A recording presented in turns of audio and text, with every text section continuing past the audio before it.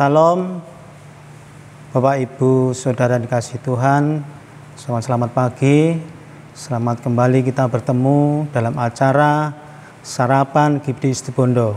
Puji Tuhan, kalau pada saat pagi ini kita masih diberi kesempatan untuk kembali merenungkan firman Tuhan. Sebelum kita melakukan aktivitas kita sepanjang hari ini, kiranya renungan Tuhan pada hari ini memberikan kekuatan bagi kita, memberkati hidup kita, menolong permasalahan hidup kita. Dan kami percaya hari yang telah Tuhan berikan pada kita semua pada pagi ini merupakan berkat yang luar biasa daripada Tuhan.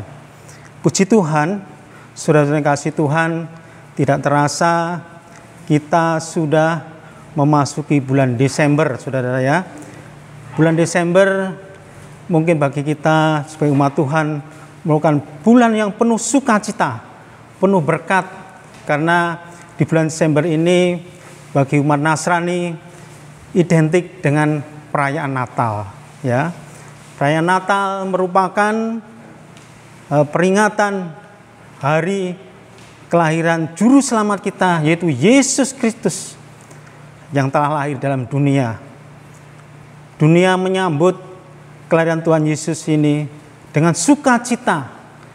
Di sana sini dipasang pohon Natal, di sana sini terdengar lagu-lagu Natal. Gereja-gereja maupun di rumah-rumah orang Nasrani kebanyakan memasang pohon Natal dengan dihiasi dengan lampu. Sungguh indah, mereka dengan sukacita, ya, karena ini adalah peringatan Sang Juru Selamat kita yang telah lahir dalam dunia ini. Maka kita dengan sukacita menyambut kelahirannya. Kita bersyukur pada Tuhan kalau Sang Juru Selamat kita yang firman telah menjadi manusia akan menjadi Juru Selamat penebus dosa kita semuanya. Puji Tuhan, kalau kita pada saat ini merayakan hari Natal, tentu baik gereja-gereja, baik rumah-rumah maupun kota-kota di seluruh dunia ini bersukacita, ya, mengumandangkan lagu-lagu Natal, menghiasi pohon Natal, ya. Dengan sukacita mereka menyambut hari kelahiran Tuhan kita Yesus Kristus. Di sana kalau kita memperhatikan, kalau kita bicara pohon Natal, tentu di sana ada lampu-lampu kelap-kelip yang terang benderang, yang indah. Juga lilin Natal, juga pelita-pelita, ya, yang indah yang terpasang. Mereka menunjukkan sukacita daripada tentang kelahiran Tuhan kita. Oleh karena itu, untuk sarapan pagi ini saya beri judul Jadilah Terang di Tengah Kegelapan. Puji Tuhan, mari Bapak Ibu Saudara yang kasih Tuhan, yang mungkin ada di rumah, mari kita buka Alkitab kita dalam Injil Matius 5 ayat 14 sampai 16. Saya bacakan. Kamu adalah terang dunia, kota yang terletak di atas gunung tidak mungkin tersembunyi.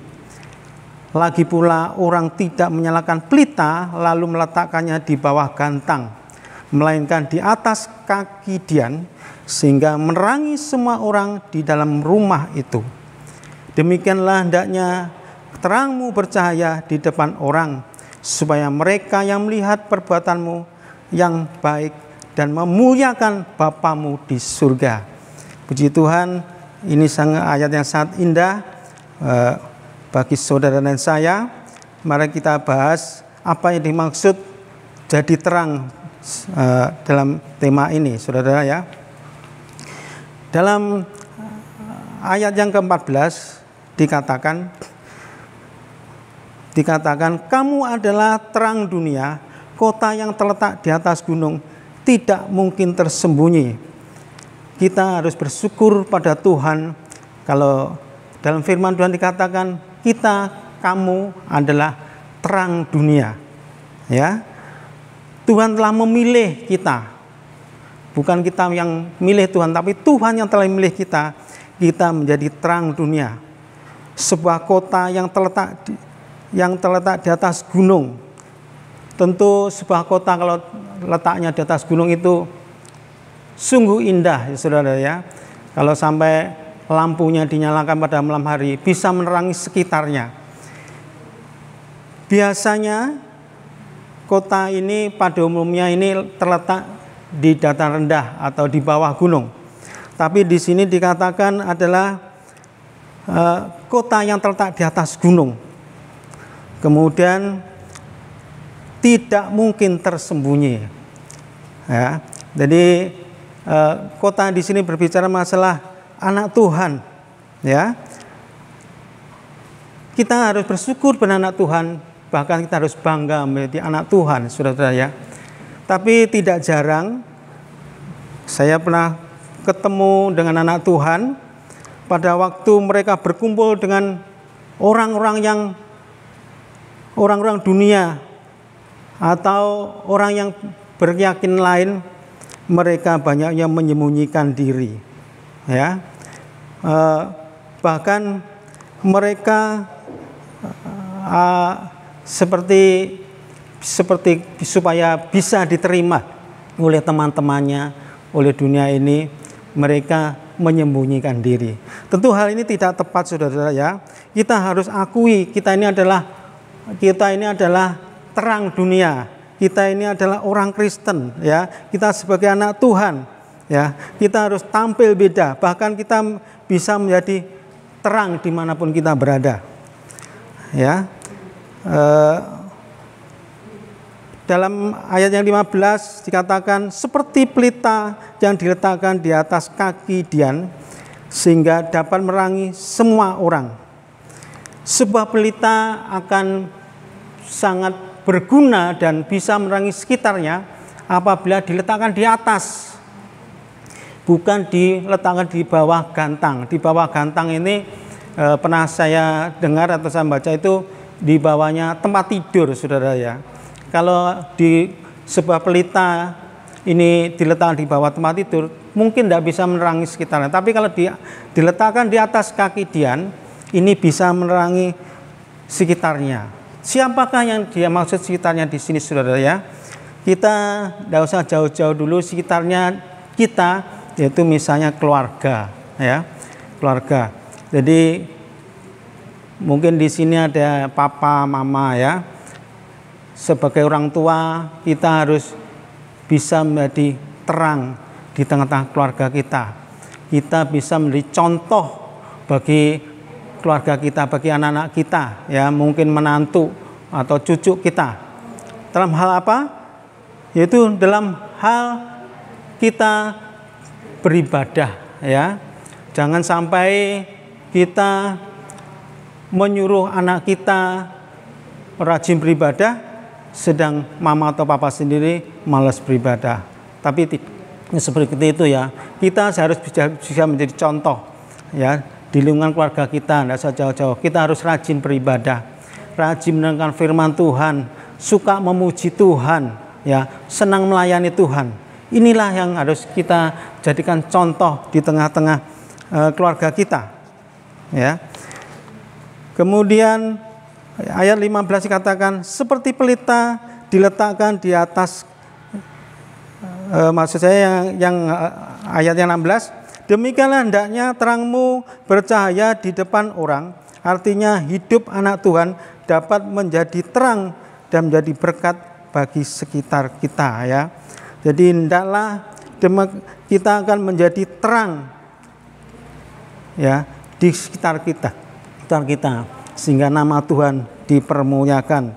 Di sekitar kita, kembali lagi kalau tadi ayat 15 untuk keluarga, mungkin di sini kita akan lebih luas lagi, mungkin untuk tetangga, ya, untuk lingkungan sekitar kita, masyarakat sekitar kita, ya, atau di tempat kita kerja, ya. Jadi kita akan dapat menjadi contoh baik perilaku kita, perbuatan kita, tutur kata kita bisa menjadi berkat bagi orang lain, ya. Kita melalui perbuatan kita biarlah orang dunia mengenal bahwa orang Kristen adalah orang yang baik. Ya. Kita mungkin di sini ada yang jadi bos dalam suatu usaha, ya. Jadilah kita berkat di tengah-tengah mereka. Bila ada misalnya karyawan atau tetangga yang sakit, kita bisa menjenguk dan memberikan bantuan, ya. Jangan sampai bahkan kita sebagai anak Tuhan menjadi batu sandungan bagi sekitar kita, ya, mulai tutur kata kita, ya, ucapan kita, ya, katanya ada ucapannya pedes, ya, suka ngomong orang lain, ya, itu tidak menjadi berkat bagi orang lain, ya, melalui tingkah laku kita, ya, tapi hendaklah kita ini jadi berkat, jadi terang, jangan sampai menjadi sandungan. Kalau kita tidak bisa menjadi berkat, maka nama Tuhan tidak dapat kita muliakan, ya. Tentu kita sebagai umat Tuhan banyak masih kekurangan dan kelemahan. Untuk kita menjadi kuat, untuk kita bisa menjadi terang dunia, kita berpaku, ya, kita memandang sebagai juru selamat kita, yaitu Yesus Kristus, ya. Mari kita baca di dalam Mazmur 119 ayat 105, demikian firman Tuhan, firman-Mu itu pelita bagi kakiku dan terang bagi jalanku. Ya, jadi kita sebagai umat Tuhan, firman Tuhan dalam kitab Mazmur mengingatkan pada kita, firman-Mu itu pelita bagi kakiku dan terang bagi jalanku. Kita sebagai umat Tuhan, kita tidak bisa terlepas dari firman Tuhan. Ya, karena firman Tuhan itu ibarat pelita adalah minyak. Sebuah pelita tanpa minyak tidak bisa menyala. Oleh karena itu kita sebagai umat Tuhan harus senang membaca firman Tuhan, senang beribadah, senang melayani Tuhan, biar kita menjadi berkat bagi orang lain. Kita baca juga dalam kitab 1 Korintus 13 ayat 7, karena di sana terdapat hukum-hukum, yaitu kasih. Kita sebagai umat Tuhan, hukum utama kita adalah kasih. Ya. Mari kita bersama-sama kita baca dalam 1 Korintus 13 ayat 4 sampai 7. Saya bacakan. Kasih itu sabar, kasih itu murah hati, tidak cemburu, ia tidak memegahkan diri dan tidak sombong. Ia tidak melakukan yang tidak sopan dan tidak mencari keuntungan diri sendiri. Ia tidak pemarah dan tidak menyimpan kesalahan orang lain. Ia tidak bersukacita karena ketidakadilan, tetapi ia bersukacita karena kebenaran. Ia menutupi segala sesuatu, percaya segala sesuatu, mengharapkan segala sesuatu, sabar menanggung segala sesuatu. Puji Tuhan, ya, firman Tuhan, mari kita kembali, ya. Kita tanpa firman Tuhan, kita seperti pelita yang tanpa minyak. Jadi firman Tuhan mengingatkan bahwa hukum utama sebagai umat Tuhan yaitu kasih. Di sini dikatakan kasih itu sabar, ya. Jadi kita sebagai umat Tuhan harus kita tersabar, ya, di dalam keluarga, di dalam masyarakat, di dalam tetangga, ya, di dalam tempat kerja. Mungkin terjadi perselisihan, pergesekan, beda pendapat, itu wajar, ya. Tapi dikatakan firman Tuhan pada saat ini kita diimbau untuk sabar. Kasih itu murah hati, ya. Jadi murah hati itu artinya suka memberi, ya. Jangan hanya tahu kita ini orang Kristen penuh kasih, tapi kita tidak dapat melakukan. Tapi firman Tuhan katakan pada saat ini kasih itu murah hati. Murah hati itu suka menolong. Jadi apabila ada tetangga yang mungkin kesusahan, kita harus membesuknya, mendoakan barangkali dan memberikan bantuan, ya. Kemudian kasih itu tidak sombong, ya. Ya, kasih itu tidak sombong, ya. Sombong itu sebenarnya tinggi hati, congkak, ya. Apa itu ucapannya itu tinggi-tinggi, ya, sungak pamer, ya, pamer kekayaan terutama, ya. Dalam masyarakat sering terjadi seperti itu, ya. Ya, tapi firman Tuhan mengatakan kasih itu tidak sombong. Ia tidak melakukan yang tidak sopan. Nah, tidak sopan, saudara-saudara, ya. Jadi dalam tingkah laku perbuatan kita sehari-hari, baik itu di keluarga kita sendiri sebagai mungkin orang tua atau sebagai anggota keluarga, ya, boleh bisa anak, ya, di lingkungan tetangga, masyarakat, kita harus berperilaku sopan dalam ucapan, dalam kelakuan kita sopan, karena kita ini dipandang sebagai terang dunia. Tidak mencari keuntungan diri sendiri, ya, mencari keuntungan diri sendiri, ya. Tadi kalau misalnya berorganisasi yang dipikirkan masalah untung saja, ya, tidak memikirkan untuk membantu orang lain, untuk kemanusiaan. Ya, ini saya comot-comot saja. Tidak menyimpan kesalahan orang lain. Menyimpan kesalahan orang lain berarti dendam. Ya. Kita sering tidak cocok dengan teman, tidak cocok dengan teman kerja, tidak cocok dengan tetangga, ya, ada masalah dengan tetangga, ada masalah dengan keluarga, kita dendam, ya. Dalam kasih ini tidak boleh, ya, tidak menyimpan kesalahan orang lain, harus diselesaikan.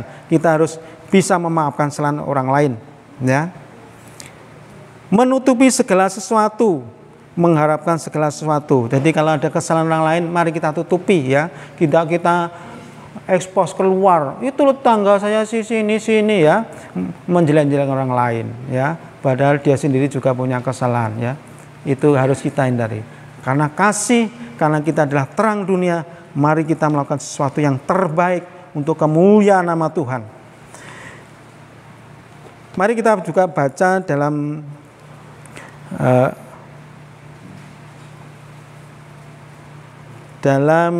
Injil Yohanes 1 ayat 4 sampai 5.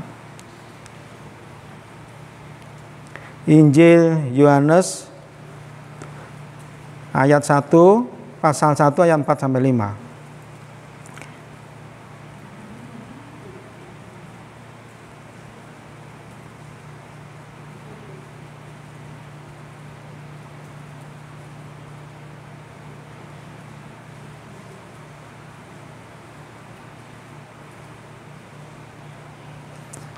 Saya bacakan ayat 4 dan 5. Dalam dia ada hidup, dan hidup itu adalah terang manusia. Terang itu bercahaya di dalam kegelapan, dan kegelapan tidak menguasainya. Ya. Dalam Injil Yohanes 1 ayat 4 sampai 5 ini mengingatkan dalam kehidupan kita bahwa dalam dia, dalam Yesus itu ada hidup, dan hidupnya adalah terang manusia. Yesus telah lahir dalam dunia ini. Dia menjadi terang dan contoh bagi anak-anak Tuhan. Ya, hiduplah seperti Kristus menjadi terang bagi dunia. Karena terang itu bercahaya dalam kegelapan, dan kegelapan tidak dapat menguasainya. Ya, jadi kita mau tidak mau, ya saudara, suka tidak suka, ya, jadilah kita terang dalam dunia. Ya. Kita dapat menjadi contoh dimanapun kita berada. Kita bisa berbuat sesuatu yang terbaik dimanapun kita berada. Mungkin di tempat kerja, mungkin di perjalanan, ya, mungkin di lingkungan masyarakat. Ya. Kita hendaknya menjadi terang. Jangan kita orang terang tetapi senang di tempat kegelapan. Itu hal yang harus kita hindari, saudara, ya. Karena Tuhan Yesus telah lahir sebagai terang dunia, sebagai penyelamat manusia dari dosa. Kalau Yesus adalah terang dunia, maka kita adalah anak-anak terang. Bagaimana dengan hidup kita? Bisakah kita keberadaan kita menjadi terang untuk sekitar kita? Mari saudara-saudara, kita bangkit jadi terang. Sebab terang dari Allah telah terbit. Mari kita baca di dalam kitab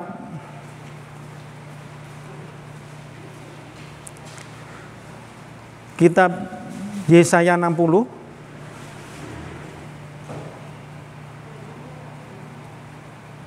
Kitab Yesaya 60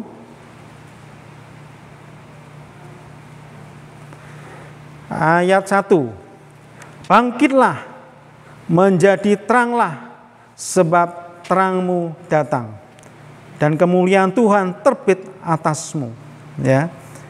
Jadi firman Tuhan ini mengingatkan pada kita supaya bangkit, ya, menjadi terang, sebab terang yang datangnya dari Tuhan yang dengan penuh kemuliaan telah terbit, saudara ya. Mari di hari Natal ini, saudara-saudara ya, seperti firman Tuhan sudah saya sampaikan tadi, yaitu jadilah terang tengah kegelapan. Mari kita introspeksi diri kita sendiri. Sudahkah kita menjadi terang di mana kita berada? Baik di keluarga, di tempat kerja, ya, di lingkungan masyarakat, di tetangga. Sudahkah kita menjadi terang? Ya. Melalui perayaan Natal pada tahun ini, mari kita kembali bangkit. Jadilah terang seperti Kristus yang telah datang ke dunia ini menjadi terang bagi dunia. Puji Tuhan. Demikian yang menjadi renungan sarapan pada pagi ini. Kembali saya ucapkan selamat Natal 2021. Selamat beraktivitas. Tuhan Yesus memberkati. Amin.